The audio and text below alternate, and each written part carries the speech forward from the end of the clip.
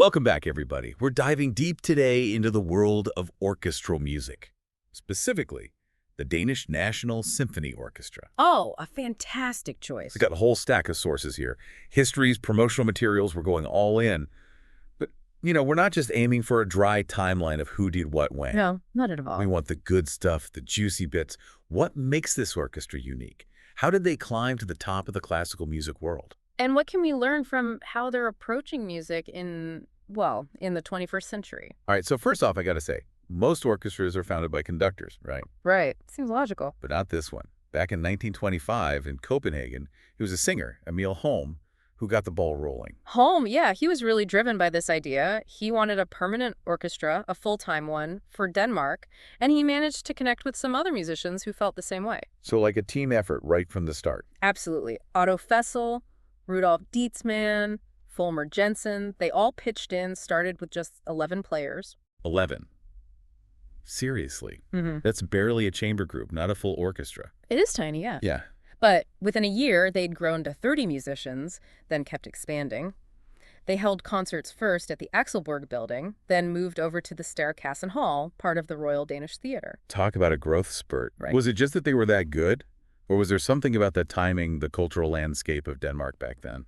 I'm sure talent played a part, but yeah, the timing was perfect. The 1920s in Denmark, it was a real cultural boom. People were really into orchestral music. But what's really interesting is how the orchestra was actually led in those early years. No. How so? They didn't have a single principal conductor, which is pretty unusual. It was more of a collaboration with Lonnie Grundle and Nikolai Melko, both having a big influence on the orchestra's sound. So it was less about the stereotypical maestro with the baton, more of a team effort. Yeah, exactly. And I wonder if that shapes their collaborative spirit, which they seem to still have today. And then in the 1930s, you have Fritz Busch coming in, having fled Germany. Oh, right. Busch. He was a huge figure in the music world at that time. Huge. And his arrival, along with Malco already there, it really boosted the orchestra's profile. They weren't just a local group anymore. They were attracting top international talent. By 1948, they had a whopping 92 musicians. Wow, from 11 to 92. That's incredible. So when did they finally get an official, designated principal conductor? It wasn't until 1967, and it was Herbert Blomstedt.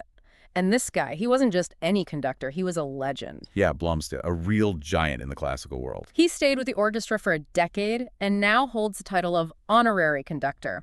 That speaks volumes about his impact.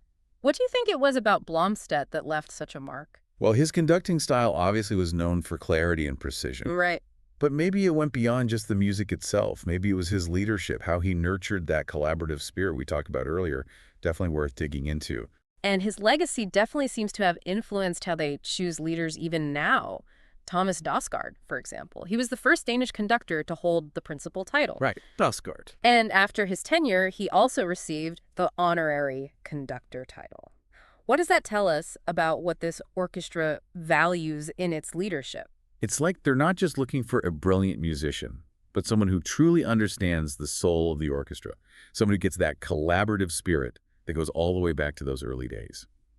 And speaking of interesting roles, I noticed they have a composer in residence, which is pretty unique. What does that entail exactly? So it's not just about having a composer come in, write a piece, and then leave. The composer in residence, right now it's Søren Niels Eichberg, he's actually embedded in the orchestra. Oh, wow, that's interesting. He's composing new works, premiering them with the DNSO, constantly contributing to the creative process. He even premiered his Symphony No. 3 with them. So it's a much more dynamic back and forth kind of relationship. It's like a built-in innovation lab, constantly pushing the boundaries of what the orchestra can do. Fascinating. It makes me even more curious about their repertoire because they're not just sticking to, the classical war horses. Oh, no, not at all. They're not afraid to branch out. I mean, they've toured all over the world, Carnegie Hall, Royal Albert Hall, Berlin Philharmonic, you name it. And alongside your Brahms and Beethoven, they're playing film scores, video game music, really stretching the definition of what an orchestra can be. It's really interesting. Do you think that's part of a strategy to attract younger audiences? Because honestly, those epic film scores, they can be incredibly powerful, even if you're not a hardcore classical music fan. I think there's definitely an element of that. They're reaching out to a broader audience, and it seems to be working. I mean, they have like 500 million views on YouTube recordings of their film score concerts. 500 million. That's a massive audience. It is. And that brings us to another really crucial part of their story. They're not just any orchestra, they're part of the Danish Broadcasting Corporation. Wait, hold on. So they're like a media company and a world-class orchestra all in one. It's a pretty unique setup, and it gives them this incredible platform. Most of their concerts are broadcast on DR's platforms: radio, TV, online, and even through the European Broadcasting Union. So they're reaching people who might never actually go to a concert hall. Exactly. It's breaking down those barriers to classical music, both with what they choose to play and how they reach people. Makes sense. And they do all this from their current home, the DR Concerthuset in Copenhagen, designed by superstar architect Jean Nouvel, no less. Oh, it's a stunning building. But it's not just a pretty facade, right? No, not at all. The acoustics were designed by Yasuhisa Toyota, who's basically the guru of concert hall acoustics. Wow. Gramophone magazine rated it as one of the best concert halls in the world. Makes you think, what is it that makes a concert hall acoustically excellent? What's the difference between a space that just carries sound and one that really makes the music come alive? A good question. And we haven't even touched on the incredible soloists and conductors they've collaborated with. We're talking Anne-Sophie Mutter, Leonidas Kavakos, Renee Fleming, Yo-Yo Ma. Oh, the list goes on and on. It's really quite impressive. Whoa, hold on. Let's save that for part 2. We've uncovered so much already about this orchestra, and I feel like we're just getting started. You're right. There's so much more to explore. Their recordings, their championing of Danish composers. All right, so we'll dive back into all that after the break. Stick with us. Absolutely. There's much more to come. Okay, so before the break, we were just about to get into the DNSO's collaborations and recordings, and wow, they've worked with some serious A-listers in the classical music world. Oh, yeah, for sure. We were talking about Anne-Sophie Mutter, Leonidas Kavakos, Renee Fleming, Yo-Yo Ma. And the list goes on, right? Absolutely. You can add Leif Vans to that list, Lang Lang, so many more. Wow, it's like a who's who of classical music superstars. It really speaks to the orchestra's reputation. These aren't just any musicians, they're the best of the best. And they're choosing to work with the DNSO. It's a real testament to their quality, yeah, to the level of musicianship, the collaborative energy. I mean, it's like getting a stamp of approval from the top tier of the classical music world. It definitely says something, and it makes me wonder, do these collaborations also push the orchestra in new directions? I think so, yeah. Each soloist, each conductor they work with, they bring their own perspective, their own style to the table. So it's like this constant exchange of ideas, a sort of cross-pollination of approaches to music making. I like that, cross-pollination. Yeah. And it's not just about performing together. The DNSO is actively recording too, right? Oh, yeah, definitely. They've got a great catalog of recordings. You mentioned Da Capo and Chandos. Those are some of the big labels in classical music. Yeah, so what kind of music are they putting out there? They've got a really interesting mix. Of course, there's your Brahms, your Beethoven, the classics. But they also put a lot of effort into recording works by Danish composers: August Enna, Niels Gade, Ruud Langgaard, Per Nørgaard, maybe names you haven't heard of, but they represent this whole rich tradition of Danish classical music that the orchestra is really committed to preserving. Oh, that's cool. So they're striking that balance again, showcasing those big names, the giants of the classical canon, but also promoting their own musical heritage, the Danish sound. Exactly. It's like they're saying, hey, we're a world-class orchestra, but we're also proud to be Danish, and we want to share that with the world. It's almost like cultural ambassadorship through music. I like that. And it connects to something we were talking about earlier, their relationship with the Danish Broadcasting Corporation. Right. Being part of DR, that has to be huge for them, not just the financial side of things. Oh, it's way more than just funding. It's about being woven into the media landscape. Yeah. Think about it. Their concerts are broadcast on radio, television, online. They're reaching a far, far wider audience than just the people sitting in the concert hall. It's like they're almost a multimedia orchestra. They exist in both the physical and digital worlds. You got it. And that digital presence, especially those YouTube numbers, 500 million views. That's revolutionary. It was unimaginable just a few decades ago. 500 million, that's mind-boggling.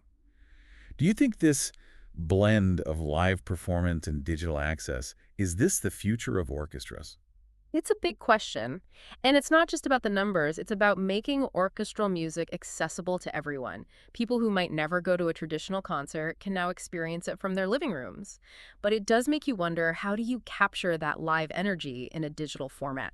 That's a great point. There's nothing quite like being there in the concert hall, feeling the vibration, seeing the musicians pouring their hearts out. How do you translate that to a screen? It's definitely a challenge, but I think the DNSO is doing a fantastic job. They film their concerts beautifully. They use social media really well to engage with fans. They even have behind-the-scenes content so you can get a glimpse of how the orchestra works. They're trying to make that digital experience richer, more immersive. It seems to be working if those YouTube numbers are anything to go by. They're almost like pioneers in this new world of classical music. They are. And we can't forget the role of the DR Concerthuset in all of this concert hall. It's not just a venue, it's like an instrument in itself. That's right. We were talking about how Jean Nouvel designed the building and Yasuhisa Toyota did the acoustics. It's considered one of the best concert halls in the world. What makes a concert hall acoustically excellent anyway? Well, imagine a sound that's both clear and warm, a space where every single note resonates perfectly, where the music just washes over you. It's a combination of the architecture, the materials, even the shape of the seats, all working together to create this breathtaking sonic experience. It's like the building is part of the performance. So it's not just about the musicians on stage. It's about the space they're in and how it all interacts. It makes me think about Emil Holm back in 1925. With his dream of a full-time orchestra for Denmark. Could he have ever imagined all of this? The global reach, the digital innovation, this amazing concert hall they called home. It's pretty incredible, isn't it? A reminder that even the grandest visions are just the starting point. That a simple desire, like wanting a permanent orchestra for your country, can set off this chain of events that leads to something truly extraordinary. And that leads us to a question that's been kind of simmering throughout this whole deep dive. How does an orchestra like the DNSO balance tradition and innovation? I mean, they're clearly rooted in their history, their Danish heritage. Right. But they're also pushing boundaries, embracing technology, experimenting with their repertoire. It's a tough act to balance. It's like walking a tightrope, but they're doing it beautifully. I think it goes back to that collaborative spirit we talked about. They're willing to listen to each other, to be open to new ideas, to take risks. But at the same time, they stay true to their core values. We've covered so much about the Danish National Symphony Orchestra from those early days with Emil Holm's dream to, well, to their 500 million YouTube views. It's quite a journey. It is. But what's really stayed with me is this idea of the orchestra as this living, breathing thing. Yeah, I get that. They're not just, playing the notes on the page. They're really shaping what classical music can be in the 21st century. And what's fascinating to me is how their story kind of mirrors what's happening with orchestras all around the world. How so? Well, orchestras everywhere are wrestling with these same questions. How do we stay relevant? How do we reach people who've never been to a classical concert before? How do we respect tradition but still be creative, push the boundaries a bit?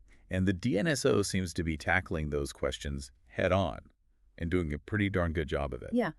What do you think are the key ingredients to their success? Is it their leadership, that collaborative spirit we talked about, their connection to broadcasting? It's probably a mix of all those things, but one thing that really stands out to me is their willingness to embrace change. Yeah. To adapt to how the music world is evolving. They're not stuck in the past, but they're building on it. They're not afraid to experiment, to try new things. It's like they're finding that sweet spot between respecting their roots and, looking to the future. Exactly. And they're doing it without compromising their artistic standards. Right. They're not just chasing trends. They're figuring out how to be relevant and authentic. Yeah. Like they're bringing in film scores, video game music, but they're also super dedicated to those Danish composers, to their musical heritage. It's a tricky balance to strike, for sure. It takes real intention, They're not just throwing spaghetti at the wall and seeing what sticks. They're making thoughtful choices about how they want to grow. And it's clearly working. They're attracting those new audiences without alienating the people who've loved them for years. It's like they're showing the world that classical music can be, well, it can be both timeless and contemporary. Absolutely. And they do it all with this incredible sense of joy and passion. You can just tell, It's there in the music. It's there in their performances. It's contagious. Yeah, I get it. It makes you wonder, what can other orchestras around the world learn from what the DNSO is doing? Is this something that can translate beyond Denmark? Oh, totally. I think their story is a powerful example of how orchestras can not just survive, but really thrive in the 21st century. It's about being open to new things, using technology in smart ways, experimenting with what you play, and connecting with your audience on a deeper level. It's about being more than just an orchestra, being a real cultural force, a community space, a place where creativity and inspiration can flourish. Well said. And it's about remembering the power of music, that power to bring people together, to touch our emotions, to inspire us, to remind us that we're all connected in some way. So, as we wrap up this deep dive into the Danish National Symphony Orchestra, I want to leave you with one final thought. Think about the role of music in your own life. How does it move you? How does it connect you to others? How does it inspire you? And if you ever find yourself feeling a little lost or uninspired, I encourage you to seek out the music of the DNSO. Let their sound wash over you. Let their story spark your imagination. Let their passion for music remind you of all the beauty and the power that exists in the world. Because the Danish National Symphony Orchestra, they're more than just an orchestra. They're a reminder of music's ability to change lives, to make the world a more beautiful, more harmonious place. I love that. Beautifully said. Thank you for joining us on this incredible journey. And until next time, keep exploring, keep listening, and keep those symphonic spirits soaring.